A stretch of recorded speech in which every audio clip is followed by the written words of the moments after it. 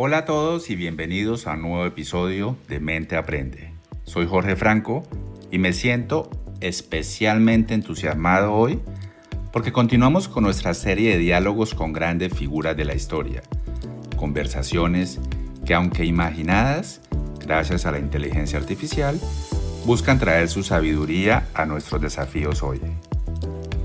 Imaginen por un momento que tienen sobre sus hombros el destino de una cuarta parte de la población mundial.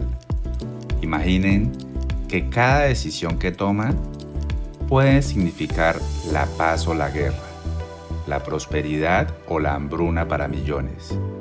Y mientras lidian con esa presión externa, una plaga devasta su pueblo. Tribus bárbaras amenazan sus fronteras y las intrigas políticas envenenan su círculo más cercano.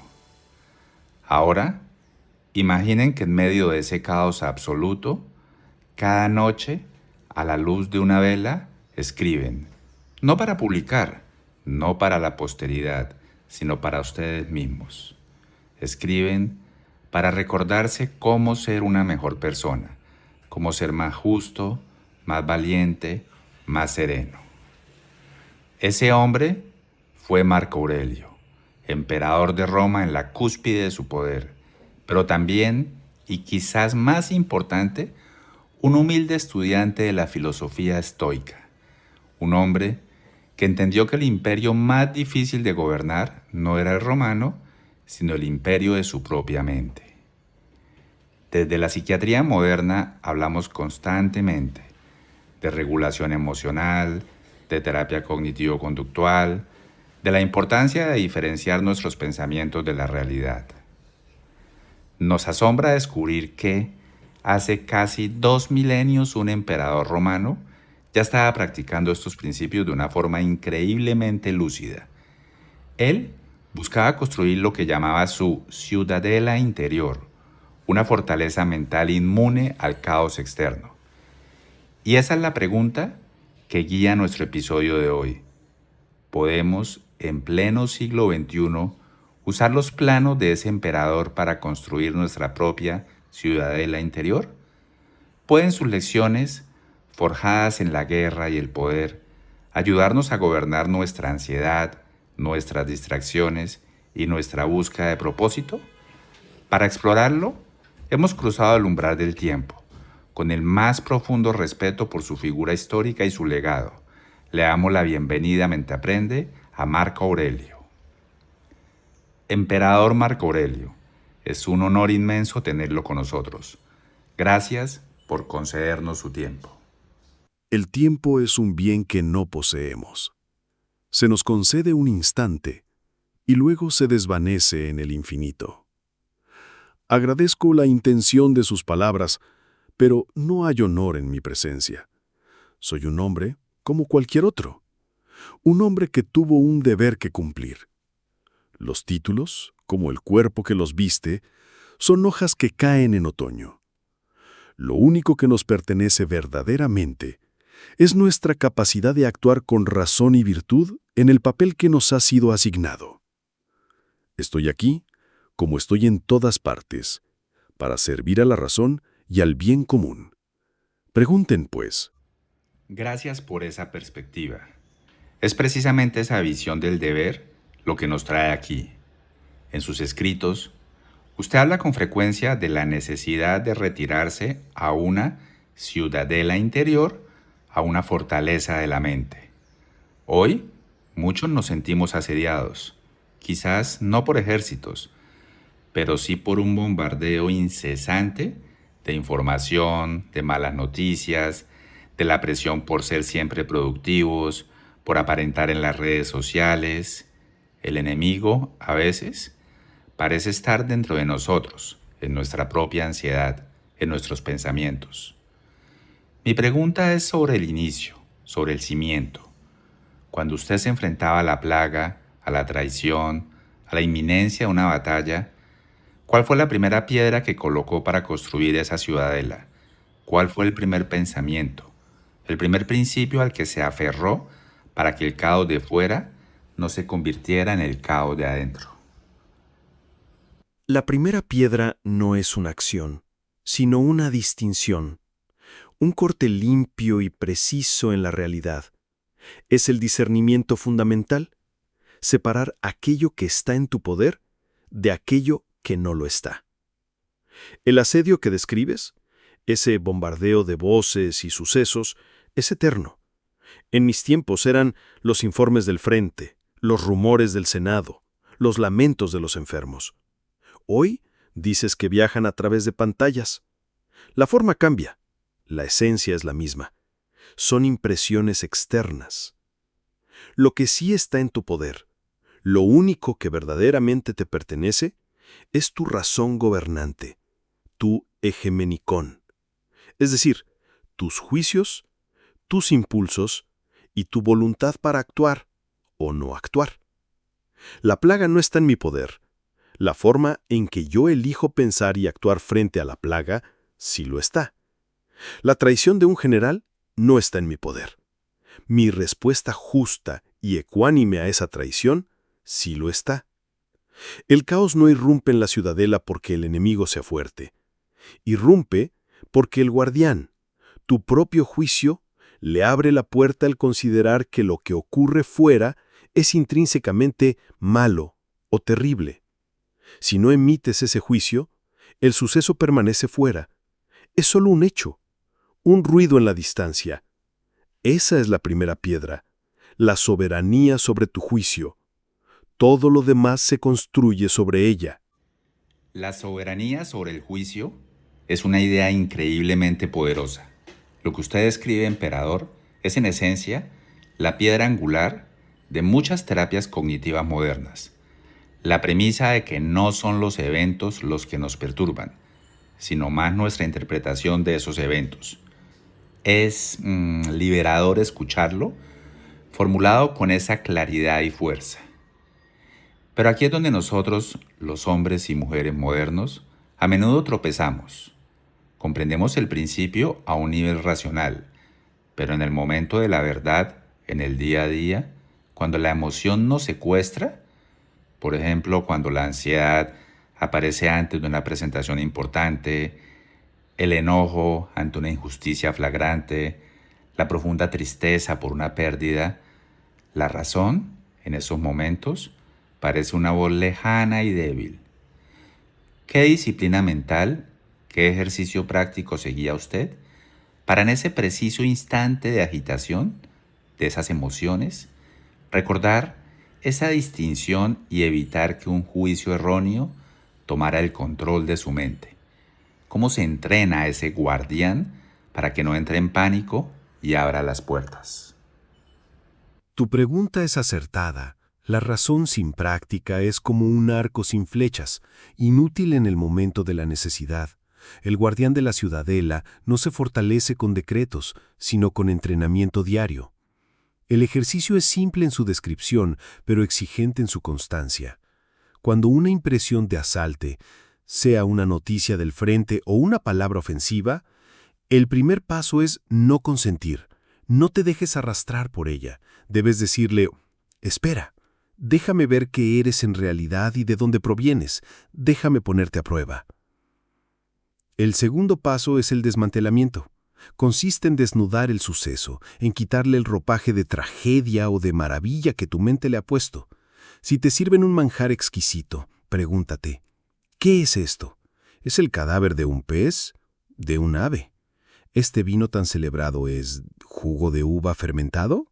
¿Mi túnica púrpura de emperador es lana de oveja teñida con la secreción de un marisco? Debes ver la cosa en sí misma, reducida a sus partes, sin el valor que la opinión le añade. Y entonces, el tercer paso. Pregúntate sobre ese hecho desnudo de objetivo. ¿Está esto bajo mi control? La opinión de otro hombre, un dolor de cabeza, el avance del enemigo, nada de eso está bajo mi control. Lo único que está bajo mi control es si elijo actuar con virtud ante ello. Este ejercicio, practicado una y otra vez, debilita el poder de las impresiones externas hasta que dejan de perturbarte. Es fascinante. Lo que describe es una especie de construcción cognitiva. un método para desarmar la carga emocional de un evento al reducirlo a sus componentes físicos y neutros.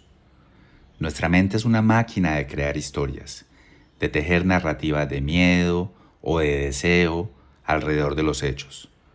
Lo que usted propone es un antídoto directo contra esa fabricación automática de significado, una herramienta para ver el mundo con una objetividad casi científica. Este ejercicio parece una defensa formidable contra las amenazas que vienen de fuera. Pero ¿qué ocurre con las batallas que nacen y mueren enteramente dentro de nosotros? Pienso en la ambición, en el deseo de ser recordado, la necesidad de aprobación, de reconocimiento, el miedo a la propia insignificancia, o el más universal de todos los temores, el miedo a la muerte. ¿Cómo aplicaba su filosofía a estas fuerzas internas, a estos anhelos y miedos que son tan intrínsecamente humanos y que no siempre responden a un estímulo externo concreto? Has pasado del muro exterior de la ciudadela a la cámara del trono. Esas batallas son, en efecto, las más difíciles. Para la ambición y el miedo a la insignificancia, el remedio es la perspectiva. Yo lo llamo la vista desde arriba. Eleva tu pensamiento. Abandona por un momento tu cuerpo y contempla la tierra entera desde lo alto. ¿Qué ves? Hombres naciendo, muriendo, labrando la tierra, luchando en guerras. Ciudades que se alzan y, con el tiempo, se convierten en ruinas olvidadas. Ahora, mira la corriente del tiempo. Piensa en la infinidad de seres que vivieron antes que tú y en la infinidad que vivirán después. En esa inmensidad, ¿qué es la fama de un hombre? ¿El aplauso de la multitud? Es humo. Es el eco de un nombre pronunciado por seres que, a su vez, pronto guardarán silencio para siempre. La ansiedad por ser recordado se cura comprendiendo la naturaleza efímera de la memoria misma. La única grandeza reside en la acción virtuosa del presente. Y sobre el miedo a la muerte. Temes a la muerte porque la juzgas un mal, pero nada que sea obra de la naturaleza puede ser un mal. La muerte es parte del ciclo. Nacer es una agregación de elementos. Morir es su disolución. No es un final, sino una transformación. Lo que el universo te prestó por un tiempo, simplemente lo reclama. Además, la muerte te libera de dos cosas, del dolor físico y de ser esclavo de tus pasiones y de las impertinencias de otros. ¿Por qué temer a un descanso? Vive cada día como si fuera el último, no con desesperación, sino con plenitud, justicia y serenidad. Perfecciona la tarea que tienes entre manos. Si lo haces, cuando llegue tu momento, te irás como un invitado satisfecho que se levanta de un banquete. Has cumplido. Escuchar esa perspectiva es profundamente impactante. En nuestra cultura actual, estamos obsesionados con dejar una marca, con el legado, con el impacto. Usted propone casi lo contrario, encontrar una profunda liberación y paz interior en nuestra propia transitoriedad y en la del universo, en nuestra impermanencia. Es una inversión total de nuestros valores. No buscar la permanencia afuera, sino la virtud dentro, en el único instante que poseemos, que es el ahora. Y esto me lleva a mi siguiente pregunta. Si un individuo logra cultivar esta perspectiva cósmica, esta aceptación de su propia mortalidad, ¿cómo afecta eso a su vida social, a sus relaciones? Usted no fue un ermitaño, fue el centro del mundo romano. ¿Cómo se traduce esta filosofía tan íntima e introspectiva en acciones concretas de justicia, compasión o liderazgo, en el trato diario con un ciudadano, un subordinado o incluso un enemigo? La ciudadela interior no es un fuerte para esconderse del mundo. Es el cuartel general desde donde se organiza el servicio al mundo. La introspección que no conduce a una mejor acción es autoindulgencia. Hemos nacido para la cooperación. como los pies, como las manos, como las 2 hileras de dientes. Obstaculizarnos unos a otros es antinatural. Somos ciudadanos de un mismo estado, el universo. Mi naturaleza, como hombre, es ser racional y social. Por lo tanto, lo que es bueno para mí no puede ser malo para la colmena, y lo que es bueno para la colmena es bueno para la abeja. El bien común es mi propio bien. Esto transforma la forma en que ves a los demás. Cuando un hombre actúa con maldad, con ira o con soberbia, lo hace por ignorancia. Cree, erróneamente, que eso es bueno para él. No conoce la verdadera naturaleza del bien y del mal. Tu deber no es igualar su ignorancia con tu ira. Tu deber es, si puedes, instruirlo con gentileza, y si no puedes, tolerarlo. Son tus parientes, desviados y confundidos. ¿Acaso te enojas con la higuera porque produce higos? No, simplemente acepta su naturaleza. Incluso frente al enemigo, este principio se mantiene. Mi deber como emperador era defender las fronteras de Roma, pero mi deber como filósofo era recordar que el hombre al otro lado de la espada era también un ser humano, con su propia razón gobernante, aunque extraviada. Luchaba contra sus acciones, no contra su humanidad. La justicia, por tanto, emana de esta comprensión: dar a cada uno lo que le corresponde como miembro de nuestra familia humana. Lo que es bueno para la colmena es bueno para la abeja. Esta idea de una ciudadanía universal, de que todos somos miembros de un mismo cuerpo, es un antídoto radical contra el tribalismo y la polarización que envenenan nuestro mundo hoy.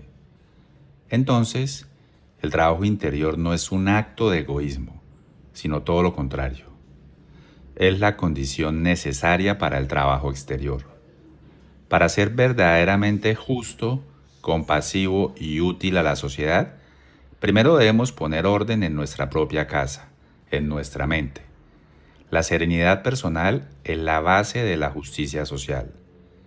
Emperador, hemos viajado desde los muros de la ciudadela mental hasta la visión de la humanidad como un solo organismo. Ha sido un recorrido extraordinario. Para concluir, y pensando en todas las personas que nos oyen, que mañana se enfrentarán a sus propias batallas diarias, ¿cuál sería para usted el único mandato, la idea esencial de su filosofía que desearía que recordaran y aplicaran en el preciso instante de despertar? Al alba, cuando te cueste levantarte de la cama, ten este pensamiento a mano: me levanto para hacer el trabajo de un ser humano. Y prepárate. Dite a ti mismo: hoy me encontraré con el indiscreto, el ingrato, el arrogante, el doloso, el envidioso, el insociable. Son así porque desconocen lo que es el bien y lo que es el mal. Pero tú, que has llegado a comprender la naturaleza del bien, que es bello, y la del mal, que es vergonzoso, y la naturaleza de aquel que se equivoca, que es tu pariente, no por sangre, sino porque participa de la misma inteligencia y de una porción de lo divino, no puedes ser dañado por ninguno de ellos. Nadie puede mancharte con la fealdad. Tampoco puedes enfadarte con tu pariente ni odiarlo, pues hemos nacido para colaborar. Levántate y cumple con tu deber. Emperador Marco Aurelio, no hay palabras. Gracias por la inmensidad de su sabiduría y por su tiempo. Y así volvemos a nuestro tiempo. ¡Qué viaje! Espero que esta conversación resuene en ustedes tanto como lo ha hecho en mí. La sabiduría de Marco Aurelio no es una filosofía abstracta, es un manual de operaciones para la vida. Si tuviera que resumir las lecciones de hoy, me quedaría con estas 3 ideas clave. Primero, la importancia radical de diferenciar lo que podemos controlar, nuestros juicios y acciones, de lo que no. Ahí, en esa distinción, nace la serenidad. Segundo, la necesidad de construir activamente nuestra ciudadela interior, no con ladrillos, sino desmantelando nuestros juicios automáticos, nuestros prejuicios, viendo las cosas como son, desnudas de la emoción que les proyectamos. Y tercero y finalmente, que esta fortaleza mental no es un refugio egoísta. Es la base que nos permite actuar con justicia, compasión y cumplir con nuestro deber fundamental, contribuir al bien común. Quizás mañana, al despertar, podamos intentar ese ejercicio que nos ha regalado. Recordar ante las dificultades del día que nuestro trabajo más importante es simplemente ser buenos seres humanos. Gracias por acompañarnos en Mente Aprende. Si este episodio te ha aportado valor, la mejor forma de apoyarnos es compartiéndolo con alguien a quien pueda ayudarle y suscribiéndote en tu plataforma de podcast preferida, ya sea en Spotify, Apple Podcasts o YouTube. Y nos encantaría seguir la conversación en redes sociales. Encuéntranos como @menteaprende. Soy Jorge Franco. Cuida tu mente. Hasta la próxima.